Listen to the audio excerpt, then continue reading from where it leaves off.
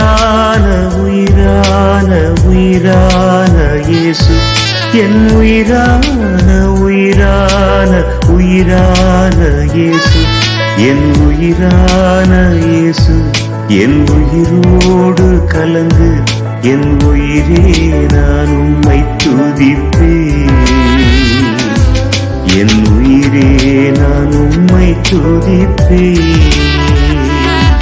என் உயிரான இயேசு, என் உயிரோடு கலந்து என் உயிரே நான் உம்மை துதிப்பேன், என் உயிரே நான் உம்மை துதிப்பேன், என் உயிரான உயிரான உயிரான இயேசு, என் உயிரான உயிரான உயிரான இயேசு.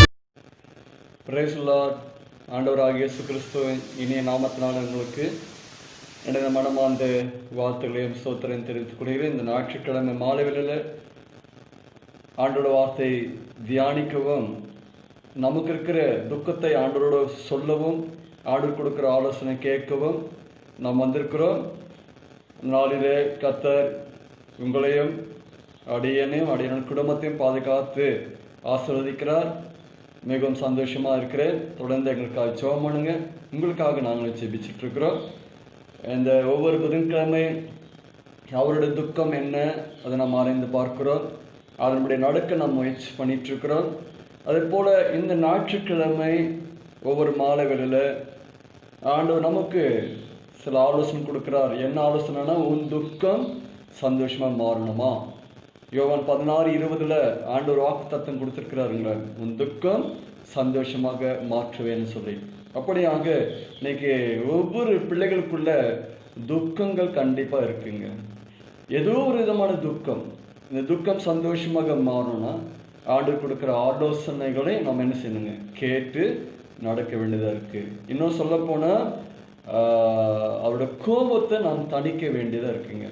சரி, நம்ம இன்னும் சொல்ல போனா நம்ம நினைச்சு கூட பார்த்துக்க மாட்டோம். பார்த்தீங்களா, 2020 இப்படி ஒரு தொடக்கத்துல இப்படிப்பட்ட சம்பவம் நடக்கும் என்று சொல்லி நம்ம யாருமே நினைச்சு பார்த்ததே கிடையாதுங்க. ஆனா இதுல இருந்து ஆண்டு ஒரு காரியத்தை வெளிப்படுத்துறாருன்னா, என்னோட கோபம் அதிகமா இருக்கு, இந்த கோபத்தை நீங்க தான் தணிக்கணும், தணிச்சாதான் உங்க தேவைகள் சந்திக்கப்படும். அடிக்கடி நான் சொல்ற ஒரு வசனம் இருக்கு பார்த்தீங்களா, சக்கரையா 13ஆம் அதிகாரம் வசனம் 7 வசனத்துலேருந்து 9 வசனம் வாசிக்கும் போது அவர் சொல்லியிருக்கார் பார்த்தீங்களா, பட்டயமே என் மேய்ப்பன் மேலும் என் தோல்நாகிய புருஷன் மேலும் எலும்பு என்ற சேனைகள் கர்த்தர் சொல்லுகிறார், மேய்ப்பனை வெட்டு, அப்பொழுது ஆடுகள் சிதறப்பட்டு போகும், ஆனாலும் என் கருத்தை சிறுவர் மேல் திரும்பி வைப்பேன். அப்ப கர்த்தர் அவர் கோபப்படுகிறார் என்று இந்த வேத வசனத்துல சொல்லியிருக்கிறார். அதே போலதான் இன்றைக்கு அவரோட கோபத்தினாலதான் இதெல்லாம் நடந்துட்டு இருக்குங்க. நம் விசுவாசிகள், கர்த்தருடைய பிள்ளைகள் கண்டிப்பா இதை நம்பிதான் ஆகுறோம். அவரோட கோபம் தான். ஆனால் அவர் நமக்கு ஒரு நல்ல ஒரு வாய்ப்பு தர்றார். என்ன தெரியுங்களா, 9 வசனத்துல 8 வசனம் வாசிக்கும் போது, தேசம் எங்கும் சம்பவிக்கும் காரியம் என்னவென்றால், தேசம் எங்கும் பார்த்தீங்கன்னா, இது ஒரு தேசத்துல மட்டும் இல்லைங்க, தேசம் எங்கும் உலகம் முழுவதுமாக நடந்த சம்பவம். அதை சொல்றாரு, அதில் இருக்கிற 2 பங்கு மனுஷர் சங்கரிக்கப்பட்டு மாண்டு போவார்கள், 3ஆம் பங்கோ அதில் மீதியா இருக்கும். நான் ஆண்டவருக்கு நன்றி சொல்றேன். நீங்களும் ஆண்டவர் நன்றி சொல்லணுங்க. ஏன் தெரியுங்களா, மரித்து போனவர்கள் எல்லாம் 2 பங்குல இருக்கிறாங்களாமா. ஆனா நமக்கு ஆண்டவர் பெரிய கிருபை என்ன தெரியுங்களா, 3ஆவது பங்கை நம்ம வச்சிருக்கிறாரு, 3ஆவது பங்களை நம்ம வச்சிருக்கிறார். அதான் 9 சொல்றாரு, அந்த 3ஆம் பங்கை நான் அக்னிக்குட்பட் பண்ணி வெள்ளியை உருக்கிறது போல அவளை உருக்கி பொன்னை புடமெடுக்கிறது போல அவளை புடமிடுவேன். அப்ப இந்த இடத்துல அவர் என்ன சொல்றாருன்னா, உன்னை உயிரோட வச்சிருக்கிற, 3ஆவது பங்குல உயிரோட வச்சிருக்கிற. தயவு செய்து நீங்க சும்மா வீட்டுல இருக்கும்போது வேதத்தை எடுத்து வாசிக்கணும்னு நினைச்சீங்கன்னா, இந்த சக்கரை 13ஆம் அதிகாரம் 7 9 வசனத்தை நீங்க கண்டிப்பா வாசிச்சு பாருங்க. அதாவது நம்மள கர்த்தர் பயமுறுத்துற ஒரு வசனம். அதே போல கிருபையான வசனங்க அது. அவர் சொல்றாரு பார்த்தீங்கன்னா, 3வது பங்குல ஒண்ணு மீதி வச்சிருக்கிற, உயிரோடு இருக்கிற நாமெல்லாம் 3வது பங்குல நாம் இருக்கிறோம் என்று சொல்லி ஆண்டவர் ஒரு பெரிய கிருபையினால இந்த வசனத்தை நமக்கு கொடுத்திருக்கிறாருங்க.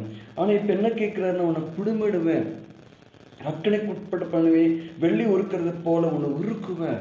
உருக்கும் போது எனக்கு நீ ஒத்துழைப்பு கொடுக்கும் போதுதான் நான் உனக்கு தேவனா இருப்பேன், நீ எனக்கு ஜனமா இருப்பேன், அப்பொழுது உன் விண்ணப்பத்தை நான் கேட்பேன்னு சொல்லியிருக்கிறாருங்க. அல்லேலூயா. கர்த்தர் நம்மளோட விண்ணப்பத்தெல்லாம் கேட்க வாஞ்சிக்கிறாருங்க. அவனோட விண்ணப்பத்தெல்லாம் கேட்டு நமக்கு செய்யணும் என்று எதிர்பார்க்கிறார்.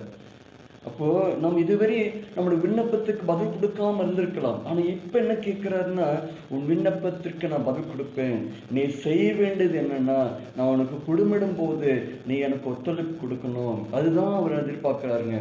இன்னும் என்ன கோபத்தை உண்டாக்கிட்டு இருக்க வேண்டாம். ஏசாயா 59:1-2 வாசிக்கும் போது, அவர் இன்னும் எனக்கு செவி சாய்க்கலையே, அவரோட கை இன்னும் குறுகி போயிருக்கா, ஏன் எனக்கு பதில் கொடுக்கலன்னு சொல்லி கிறிஸ்துவ பிள்ளைகளே முறுமுறுக்கிறத நாம் பார்க்கிறோம். கிறிஸ்துவ பிள்ளைகளே இன்னும் ஏசப்பா ஆண்டவர் ஏன் இன்னும் கொடுக்கலன்னு சொல்லி வேதனையோடு பேசுகிறது நாம் கண்ணார பார்க்கிறோம்.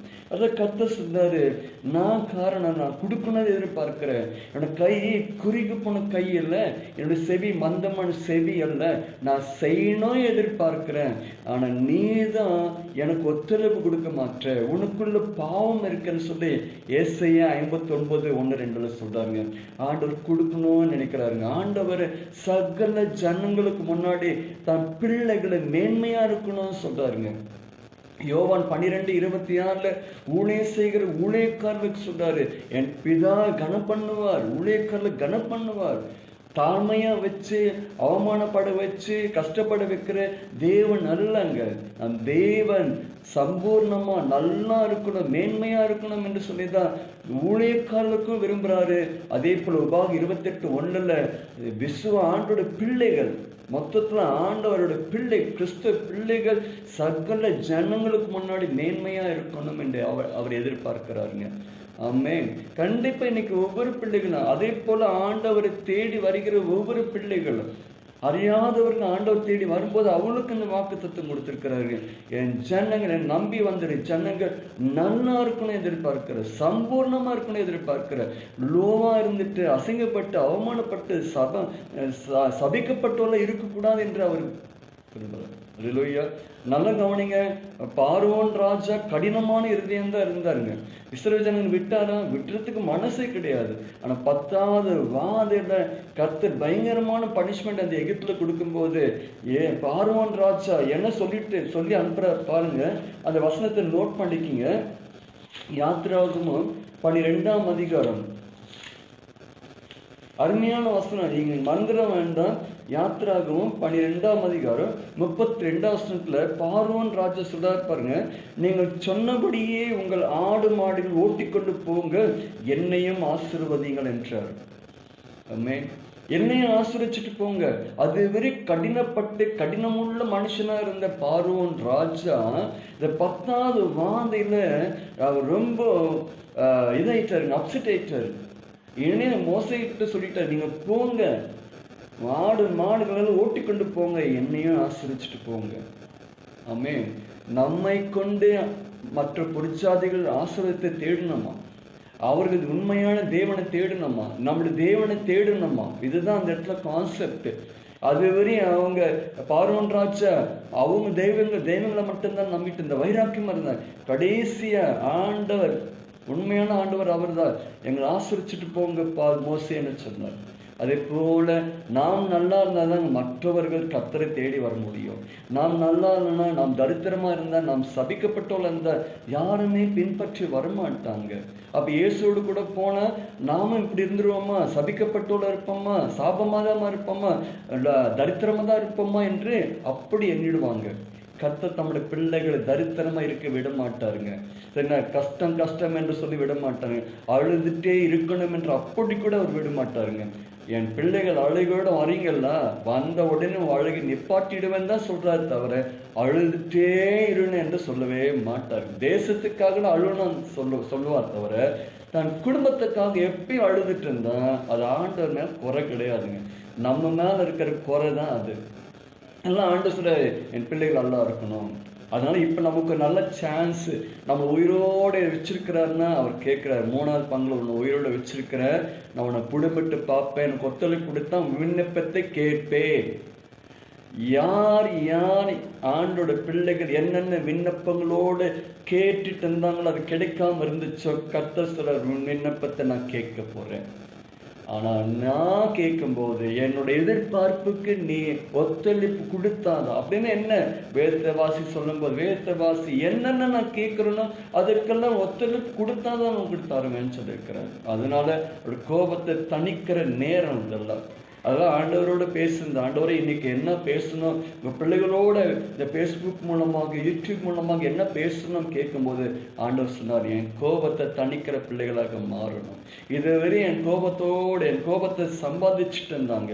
நான் கோபப்பட்டேன். எபிரேயர் 12:29 நான் எச்சரிக்கை, அது எரிச்சலா இருந்திருக்கிறேன், கோபமா இருந்திருக்கிறேன், பச்சிக்கிற கோபமா இருந்திருக்கு. என் கோபத்தை தணிச்சாதான் அவன் தேவையில்லாம் சந்திப்பேன், அவன் விண்ணப்பத்துக்கு பதில் கொடுத்துருவேன், ரொம்ப நாள் நீடிக்க மாட்டேன்னு சொல்ல இருக்கிறேன். அதனால ஆகாயத்திற்கு புஸ்தகத்துல இன்றைக்கு முதலாவது ஆண்டவரோட கோபம் என்ன நாம பார்க்க போறோங்க. ஒவ்வொரு வாரம் அவரோட கோபம் என்ன, நம்மளோட துக்கம் என்ன. நம்மளோட துக்கம் அவருக்கு தெரியுங்க, அவர் கண்டிப்பா தெரியும். ஆனா கர்த்தர் சொல்றார், இன்று முதல் உன் துக்கம் சந்தோஷமாக மாறும். இதை மாறுவதற்கு நீ என்ன செய்யணும், நான் உனக்கு கற்றுக் கொடுக்கறத நீ செய்வாய் என்று கேட்கிறார். ஆகாயத்திற்கு புஸ்தகத்துல கர்த்தர் சொல்றாரு பாருங்க, இஸ்ரவேல் ஜனங்களை பார்த்து. ஆகாயத்திற்கு புஸ்தகம் வசனம் 5-7 வாசிக்கிறேன் பாருங்க. எப்பொழுது சேனைகள் கர்த்தர் சொல்லுகிறார், உங்க வழிகளை சிந்தித்து பாருங்க. ஆகாய் 1:5-7 அவர் சொல்றாரு, பிள்ளைகளே உங்கள் வழிகளை சிந்தித்து பாருங்க, நான் உங்க மேல கோபமா இருக்கிறேன்னு சொல்றாருங்க. உங்க மேல நான் கோபமா இருக்கிறேன். எப்படி கோபமா இருக்கிறேன்னு சொல்றாரு பாருங்க. 6 நீங்க திரளாய் விதித்தும் கொஞ்சமாய் அறுத்து கொண்டு வருகிறீர்கள், நீங்கள் புசித்தும் திருப்தி ஆகவில்லை, குடித்தும் பரிபூர்ணம் அடையவில்லை, நீங்கள் வஸ்திரம் உடுத்தும் ஒருவனுக்கு குளிர் விடவில்லை, கூலியை சம்பாதிக்கிறவன் பொத்தலான பையில போடுகிறவனாய் அதை சம்பாதிக்கிறவன். கோபமா சொல்றாருங்க. அவர் கோபத்தை இங்க காமிக்கிறாருங்க, கோபத்தை வெளிப்படுத்திட்டாருங்க, கோபத்தை செயல்ல காமிச்சிட்டாரு. நீ திருவிழா விதிக்கிறீங்க, கொஞ்சமா தான் இருப்பீங்க, புசித்தும் திருப்தியாக மாட்டீங்க, குடித்தும் பரிபூர்ணம் அடைய மாட்டீங்க, வஸ்திரம் உடுத்து ஒருவன் குளிர் விட விடுது. கடைசியா எல்லாருக்கும் சொல்லிடுறாரு, கூலியை சம்பாதிக்கிறவன் பொத்தலான பையில போடுகிறவனா அது சம்பாதிப்பான். இதே இஸ்ரவேல் ஜனங்களுக்கு உபாகம் 28:12 சொல்ல, நீ கையிட்டு செய்கிற வேலையெல்லாம் ஆஸ்வதிக்கப்பட்டிருக்கும் சொன்னார். இங்க இல்ல, நீங்க சபிக்கப்பட்டவளா இருப்பீங்க, நீங்க திரளா விதிச்சும் கொஞ்சமா தான் இருப்பீங்க, வாங்குற கூலி பொத்தலான பெயர் போடுவீங்கன்னு சொல்லியிருக்கிறார். இன்னைக்கு இஸ்ரவேல் ஜனங்களுக்கு சொன்ன அதே வசனம், அதே சாபம் இன்னைக்கு ஒவ்வொரு கிறிஸ்தவ குடும்பத்துல இருக்கா இல்லைங்களா? சில வீட்டுல பாத்தீங்கன்னா சம்பளம் 10 மாட்டுது, சம்பளம் வந்தாலும் ஓட்டப்பையில போடணும்ன்றது, ஓட்டப்பையில போட்டுக்கிட்டு இருக்கணும்ன்றது. அப்ப காரணம் கர்த்தரோட கோபம், கர்த்தரோட கோபங்க. அதான் மீண்டும் சொல்றார் 7 உங்க வழிகளை சிந்தித்து பாருங்கள் என்று சேனைகள் கர்த்தர் சொல்லுகிறார். அப்போ இன்றைக்கு ஒவ்வொரு கிறிஸ்துவ பிள்ளைகளுக்கு கர்த்தர் சொல்றாரு, கூலி ஓட்டப்பையில போடிறாயா அப்படின்னு. என்ன அர்த்தம்? ஹாஸ்பிட்டல் செலவு. கர்த்தர் தம் பிள்ளைகளுக்கு பொல்லாப்பு வரக்கூடாது, வாதை குணார்த்த அணுகக்கூடாதுன்னு தான் அவர் எதிர்பார்க்கிறார். ஏன் இன்னைக்கு வாதைகள் வந்திருக்கு, எதுக்கு இப்படிப்பட்ட வியாதிகள், பல பிரச்சனைகள், ஹாஸ்பிட்டலுக்கு செலவு பண்ற மாதிரி ஆண்டவர் இருப்பாருங்களா? யாத்ராகமம் 23:25 வாசிக்கும் போது அந்த அருமையான ஒரு ஆலோசனை அந்த கற்றுக் கொடுக்கிற வாக்கு தத்துவம், ஒருவன் என்னை சேவித்தால் அவன் தண்ணீரையும் அப்பத்தையும் ஆஸ்வதிப்பேன், அவனோட வியாதி அவனை விட்டு விலக்கிடுவேன்னு சொல்லியிருக்கிறார். வியாதி விட்டு விலக்கிற தேவன், ஆமென், விலக்கி வைக்கிற தேவன். அது அப்படியாக வச்சு நம் வீணா ஹாஸ்பிட்டல் செலவு பண்ணுவதற்கு அவர் இடம் கொடுக்க மாட்டாருங்க. சங்கீதம் 33:9 தேவனிடத்தில் நம்மளோட பலவீனங்கள் எதுவா இருந்தாலும் அவர்கிட்ட சொன்னாலே ஆகும், அவர் சொல்லாகும், கட்டளிட்ட நிக்கம் எதுவா இருந்தாலும்.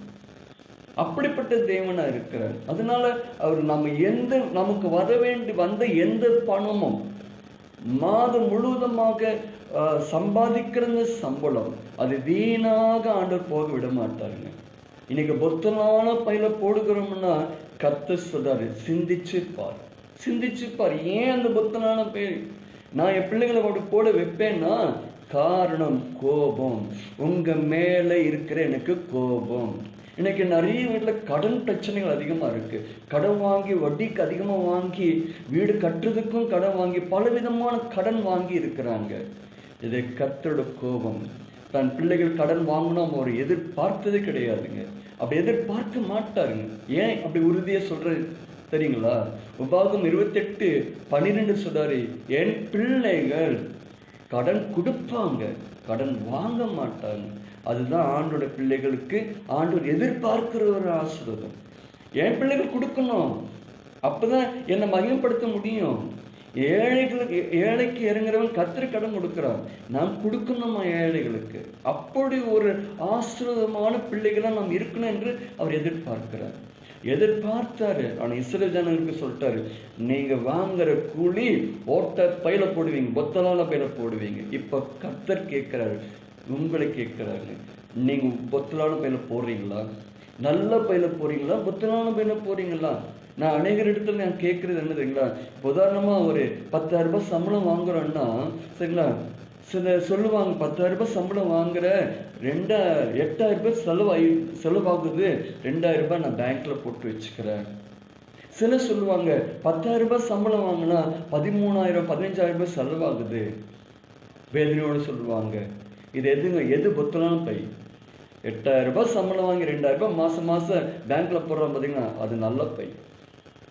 10,000 ரூபாய் வாங்கிட்டு 15,000 ரூபாய் செலவு எக்ஸ்ட்ரா செலவு வச்சுன்னா அது பொத்தலான பை. இது அப்ப யார் உருவாக்குறதுங்க? பிரோஜனமான செலவு விட்டுருங்க, வேண்டாத செலவுகள் போகுதுன்னா அது பொத்தலான பையில நாம போடுகிறோம். இது யாரோட கோபம்னா கர்த்தரோட கோபம். நான் ஆமா சொல்லுவேங்க, நீங்க சொல்லுவீங்களா? கர்த்தரோட கோபம் தாங்க. அவர் என்ன கேட்கிறாருன்னா, அதே பிள்ளைகள் என்னை உணர்ந்துட்டா, என்னை புரிஞ்சுக்கிட்டீங்கன்னா, என் கோபத்தை நீங்க தணிச்சிட்டீங்கன்னா நான் உங்களுக்கு ஆசீர்வாதம் கொடுக்குறேன். என்ன ஆசீர்வாதம் தெரியுங்களா? ஆகாய் 2:19 நம்ம எல்லாருக்கும் தெரிஞ்ச வசனம். அவர் சொல்ற பாருங்க, நான் இன்று முதல் உங்களை ஆசீர்வதிப்பேன் என்று சொல்லுகிறேன். ஆமே. கர்த்தர் என்ன நினைக்கிறார்னா என் பிள்ளைகள் ஆசீர்வதிக்கப்படணும். அவர் நினைக்கிறார். இன்று முதல் இந்த பேஸ்புக் மூலமா கேட்டுட்டு இருக்கிற உங்களுக்கு சொல்றாரு, இன்று முதல் நீ ஆசீர்வதிக்கப்படணும். அவர் அதை எதிர்பார்க்கிறாரு.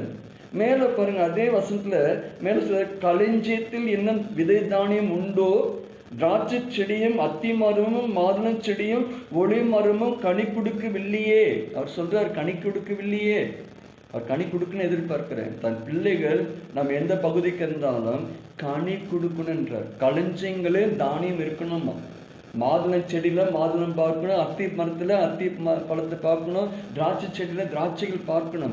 இதை பார்க்கும்போது எப்படி இருக்கும்? நம்ம தண்ணி ஊத்துறோம்னு நினைச்சுங்க, ஒரு மரத்துக்கோ ஒரு செடிக்கு தண்ணி ஊத்துறோம்னா அது நல்லா நிறைய கனிகள் காய்ஞ்சிச்சுன்னா எவ்வளவு சந்தோஷப்படுவோம். நம்ம தண்ணி ஊத்துறதுக்கு பழம் கிடைச்சது என்று சொல்லி.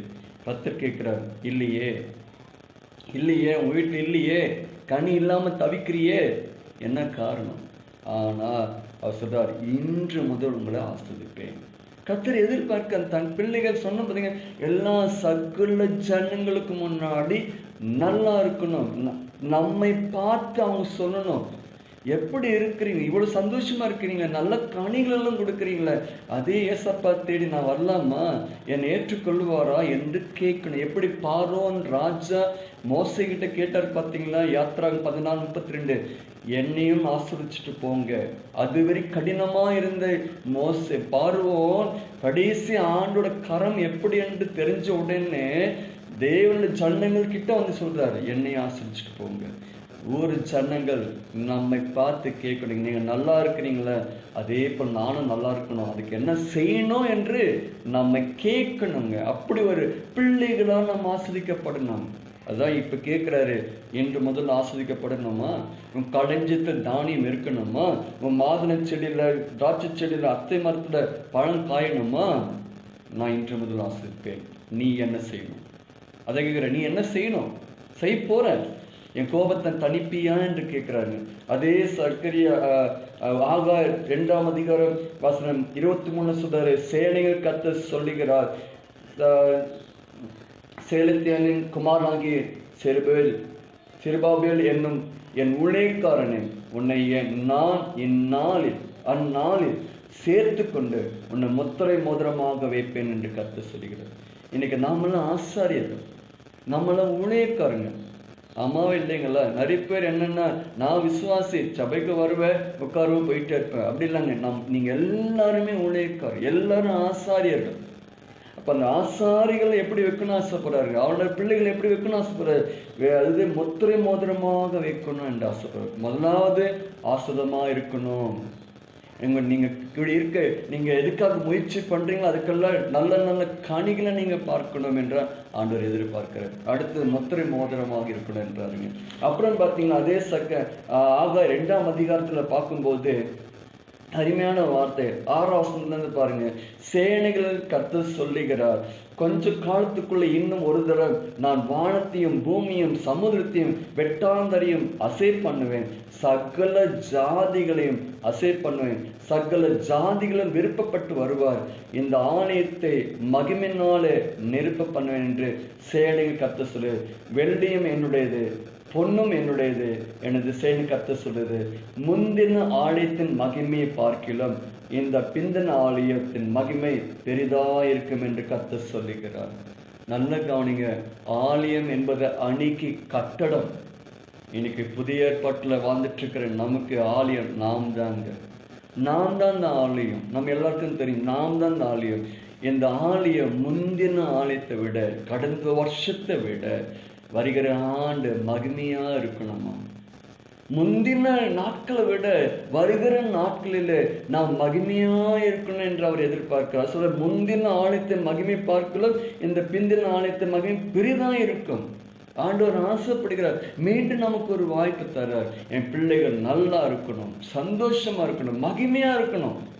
ரோமர் 8:30 அவர் முன்குறிச்சார். பார்த்தீங்களா? எதுக்காக முன்குறிச்சார்? உங்களை அழைத்தேன், உங்களை முன்குறிச்சேன், உன்னை நீதிமானாக மாற்றினேன். சும்மா என்று நீதிமானாக இல்லை, உன்னை மகிமையா வைப்பேன். கர்த்தர் மகிமையா வைப்புன்னு எதிர்பார்க்கிறார். விசுவாசித்தால் என்னோட மகிமை காண்போம் என்று யோவான் 11:40 சொல்லியிருக்கார். அப்ப ஆண்டவர் இந்த இடத்துல கர்த்தர் சொல்றாரு, என் கோபத்தை நீங்க தணிச்சிங்கன்னா, என் கோபத்தை நீங்க அப்படி அன்பை, என் கோபத்தை நான் இப்போ உங்க மேல காண்பிச்சிருக்கிற கோபத்தை அன்பா நீங்க மாத்தினீங்கன்னா உங்களுக்கு 3 காரியம் சொல்றாருங்க. என்னென்ன காரியம்? உன்னோட ஆலயம், அதாவது நீ முந்தின ஆலயத்தை விட, முந்தின ஆசிரியத்தை விட பிந்தின ஆசிரியம் அதிகமா இருக்கும், பெரிதா இருக்கும் சொல்லியிருக்கிறார். 2வது, இன்று முதல் ஆசிரியப்பேன். கழிஞ்சது தானியம் இல்லை என்று புலம்பிட்டிருக்கிறல்ல, மாதுளை செடியில, அத்தி மரத்துல, திராட்சை செடியில பழம் என்று நினைக்கிறல்ல, இன்று முதல் ஆசிரியப்பேன். அப்புறம் 3வது, முத்திரை மோதிரமாக வைப்பேன் சொல்லிருக்கிறார். எப்படி ஒரு ஆசிரியர் பாருங்க. இந்த ஆசிரியர் வேணும்னா அவர் சொல்றாரு, இதுவரை நீங்க சபிக்கப்பட்டுள்ள இருந்திருப்பீங்க, புத்தகம் மேல போட்டிருப்பீங்க, இன்னும் நான் உன்னை விட மாட்டேன், என் பிள்ளை நான் விட மாட்டேன். மற்ற ஜனங்களுக்கு முன்னாடி நீங்க ஆசீர்வாதமா இருந்தால்தான் அந்த ஜனங்கள் தேடி வருவாங்க, என்ன தேடி வருவாங்க, உங்ககிட்ட கேட்பாங்கல்ல, பார்வனை போல உங்களை கேட்பாங்கல்ல. அப்படி இருக்கணும்னா நீங்க இன்னிலிருந்து நீங்க ஒரு காரியம் செய்யணும், என் கோபத்தை தணிக்கணும். இந்த இடத்துல அவருக்கு என்ன கோபங்க? 6 வாசிச்சோம், புத்தனான பேர போடுவேன்னு சொல்றாரு. என்ன கோபம்? பார்த்தீங்கன்னா ஆகாய் 1ஆம் அதிகாரம் 2 வாசிக்கும் போது அவருக்கு வந்த கோபம் என்னன்னா, இந்த ஜனங்கள் கர்த்தருடைய ஆலயத்தை கட்டுவதற்கு ஏற்ற காலம் இன்னும் வரவில்லை என்று என்கிறார்கள் என்று சேனை கர்த்தர் சொல்லுகிறார். ஆனாலும் ஆகாய் என்னும் தீர்க்கதரிசியின் மூலமாய் கர்த்தருடைய வார்த்தை உண்டாகி அவர் சொல்லுகிறார். என்ன சொல்லுகிறார் பாருங்க, இந்த வீடு பாழாய் கிடக்கும் போது நீங்க மச்சு பாவப்பட்ட உங்கள் வீடுகள் குடியிருக்கும்படி காலம் இதுவோ. நீங்க எடுத்து வாசி பாருங்க. 70 வருஷம் அடிமையா இருந்த இந்த மக்களை கர்த்தர் அடிமைத்தனத்திலிருந்து மீண்டும் எருசலேமுக்கு ஆண்டவர் கொண்டு வர, தேவாலயம் கட்டுவதற்கு கொண்டு வந்து, இவ்வளவா உங்களுக்கு சகாயம் பண்ணிருக்க, அடிமைத்தனத்துல வெளியே கொண்டு வந்திருக்கு, என் ஆலயம் இடிக்கப்பட்டிருக்கு, இதை போய் கட்டுங்கன்னு சொல்லி அனுப்பிச்சார். ஆனால் இவங்க என்ன செஞ்சான்னு தெரியுங்களா? அதெல்லாம் மறந்துட்டாங்க. பாதியில் கட்டிட்டு இருந்தாங்க, ஃபுல்லாக மறந்துட்டு அவங்க சொந்த வீடு சொந்த காரியத்தை செய்ய ஆரம்பிச்சிட்டாங்க. அப்பதான் ஆண்டவர் பார்த்தார், என் வீடு பாழாய் கிடைக்கும்போது உங்க வீடு மச்சு பாவப்பட்ட வீடா இருக்கு, அதுல குடியிருக்கும் காலம் எதுவோ, அப்ப இதுக்காக தான் உங்களுக்கு இவ்வளவு அற்புதம் பண்ணிட்டு வந்தனோ என்று கேட்கிறாருங்க. ஆமே. ஆனால் அவங்க மனம் திரும்பினாங்க. இதை கேட்ட உடனே மனம் திரும்பினாங்க. மனம் திரும்பி அதே 12ஆம் வசனம் 12 ஜனங்கள் கர்த்தருக்கு முன்பாக பயந்தார்கள். ஆமே. பயந்தாருங்க. பயந்ததுனாலதான் சொல்றார் 13ஆம் வசனத்துல, அப்பொழுது கர்த்தருடைய தூதனாகிய ஆகாய் கர்த்தருடைய தூதன் அனுப்பிய வார்த்தையின்படி ஜனங்களை நோக்கி, நான் உங்களோடு கூட இருக்கிறேன் என்று கர்த்தர் சொல்லுகிறார். அவங்க மனம் திரும்பினாங்க, கர்த்தருக்கு பயந்தாங்க. ஓ, கர்த்தர் இதனாலதான் கோபப்பட்டாரோ, நான் கர்த்தருக்கு நான் பயப்பட போறேன்னு சொல்லி பயந்தாங்க. இந்த பயந்து நிமித்தம் தாங்க கர்த்தர் 2ஆம் அதிகாரத்துல அவர் சொன்னது, இனி பெரிய ஆசீர்வாதமா வைப்பேன், முந்தின வருஷத்தை விட முந்தின நாட்களை விட இப்போ வர நாட்கள் உன்னை மகிமையா வைப்பேன். அவர் கோபத்தை தணிச்சாங்க, அன்பு காண்பிக்க ஆரம்பிச்சாங்க. யோவான் 14:15 சொல்றாரு பாத்தீங்களா, என்னிடத்துல அன்பா இருந்தா என் கற்பனைங்க கை கொள்ளுங்கள் என்றார். அப்போ அன்பை சம்பாதிக்க முயற்சி பண்ணாங்க, அன்பை காண்பிச்சாங்க ஆண்டவர்கிட்ட. அதுதான் சொல்றாரு, மகிமையா வைப்பேன், இன்று முதல் நான் ஆசிரிப்பேன், உன்னை முத்திரை மோதிரமாக வைப்பேன் சொல்லிருக்கிறார். ஆமென். இன்றைக்கு நாம் கூட கர்த்தரை கோபப்படுத்திட்டு இருக்கிறோம். தெரியுங்களா? எப்படி கோபப்படுத்துறேன்றா, சொல்றாரு, உன் வீடு உன் குடும்பம் மட்டும் நல்லா இருக்கணும், நீ சர்ச்சுக்கு மட்டும் வந்துட்டு போனா என் ஆசிரியமா இருக்கணும் என்று நினைக்கிறிய, மற்ற ஆர்த்த மக்கள் பாலாய போறாங்களே. இங்க எப்படி என் வீடு பாலாயிருக்கு சொல்றாரோ, அதே போல ஆவிக்குரிய சொல்றாரு, அக்கம் பக்கத்துல பாரு பாலாய போறாங்கல்ல, கெட்டு போடுறாங்களே, நரகத்துக்கு வரத்துக்கு அவங்க ஆயத்தமா இருக்கிறாங்களே, தகுதிப்படுத்திட்டு இருக்காங்களே. நீ என்ன செஞ்சிட்டு இருக்கிற? என் பிள்ளைகளுக்கு போய் சொல்ல ஆசைப்படுறியா? அந்த ஆத்மாக்களுக்கு போய் சொல்ல ஆசைப்படுறியா? இல்லையே. உன் வீடு நல்லா இருந்தா போதும், உன் பிள்ளைகள் நல்லா இருந்தா போதும், கணவன் நல்லா இருந்தா போதும், மனைவி நல்லா இருந்தா போதும், உன் வீடு நல்லா, உன் குடும்பம், உன் சுத்தி இருக்கிற சொந்தக்கார நல்லா இருந்தா போதும். உன் சபைக்கு, நான் சபைக்கு போறேன், நிம்மதியா போயிட்டு சர்ச்சுக்கு போயிட்டு வந்துடுறேன், உனக்காக ஜெபிக்கிற, நல்லா இருந்தா போதும் என்று உனக்கு மட்டும் பார்த்துட்டு இருக்கிறியே, எனக்காக நீ என்ன செஞ்சிட்டு இருக்கிற? அல்லேலூயா. அவர் கேட்கிற, எனக்காக நீ என்ன செஞ்சிட்டு இருக்கிற? இல்லையே. சரியா? எத்தனை ஆத்மாக்களை ஆதாயப்படுத்திட்டு இருக்கிற? எத்தனை பேருக்கு நீ போய் சொல்லிட்டு இருக்கிற? சொல்ல மாற்றியே. உன் வீடு சொல்லிட்டு இருந்தா எப்படி? போகும்போது, வெளியே போகும்போது நல்லா இருக்கிறீங்க மட்டும் கேட்டுட்டு போறியே, எவ்வளவு என்னை பத்தி பேசிட்டு இருக்கிற? எத்தனை பேர் சபைக்கு நான் கூட்டம் வந்து விட்டுற? இது நிமித்தம் தான் உன் மேல கோபம். அதனால நீ வாங்குற கூலி பொத்தலான பேர போடுகிறார். கர்த்தர் போட வைக்கிறாருங்க. கர்த்தர் நம்மளுடைய பைய ஓட்ட பையன் மாத்துறாருங்க. அவரு தாங்க பண்றாரு. நல்ல பையன் மாத்துறது அவரு தான், புது ஓட்ட பையன் மாத்துறது அவரு தான். அவர் நினைச்சா, அவர் கேட்கிறாரு, நீ கிறிஸ்தவுக்குள் இருந்தால் புது சிருஷ்டியா இருக்கணும். அவர் சொல்றாரு, என் பிள்ளைகள் புது சிருஷ்டியா இருக்கணும், பழையவர்கள் எல்லாம் ஒளிந்து போகணும், எல்லாம் புதிதாய் மாறணும். என் பிள்ளைகள் என் கிட்ட வந்துட்டான்னு எல்லாம் புதிதாய் மாறணும், கஷ்டங்கள்லாம் மாறிடணும், பிரச்சனை எல்லாம் மாறிடணும், சந்தோஷமா இருக்கணும். அப்பதான் மற்றவங்க உன்னை பார்த்து என்ன சொல்லுவாங்க, இது சூப்பர் குடும்பம், இந்த குடும்பத்தை நாம பின்பற்றினா, இயேசுவை நாம பின்பற்றினா, அப்படி ஒரு எண்ணங்கள் வரணுங்க. இல்லையா? கர்த்தர் தான் சொல்றாரு, என் வீடு பாலா இருக்கு. அன்னைக்கு ஆலயம் பாலா இருந்தது, இன்னைக்கு ஒவ்வொரு பிள்ளைகள் உனக்கு கண்ணுக்கு தெரிஞ்சவங்க கெட்டு போயிட்டு இருக்கிறாங்க. எங்கெங்க வழியை தேடி ஓடிட்டு இருக்கிறாங்க, நிம்மதி இல்லாமல் தேடி. நீ அவளுக்கு போய் சொன்னியா? இதுவரையும் நல்லா இருக்கீங்களா என்று கேட்டுட்டு போறது வேஸ்ட். இனி அவங்களுக்காக ஜெபிக்கணும், அவங்களுக்காக அவங்ககிட்ட பேசணும். ஆமென். பேசினாதாங்க ரட்சிப்பு வரும். ஆண்டவர் மோசே மூலமா, மோசே பயந்திருந்தா ஃபர்ஸ்ட் பயந்தார். எப்படி நான் போய் பேசுறது?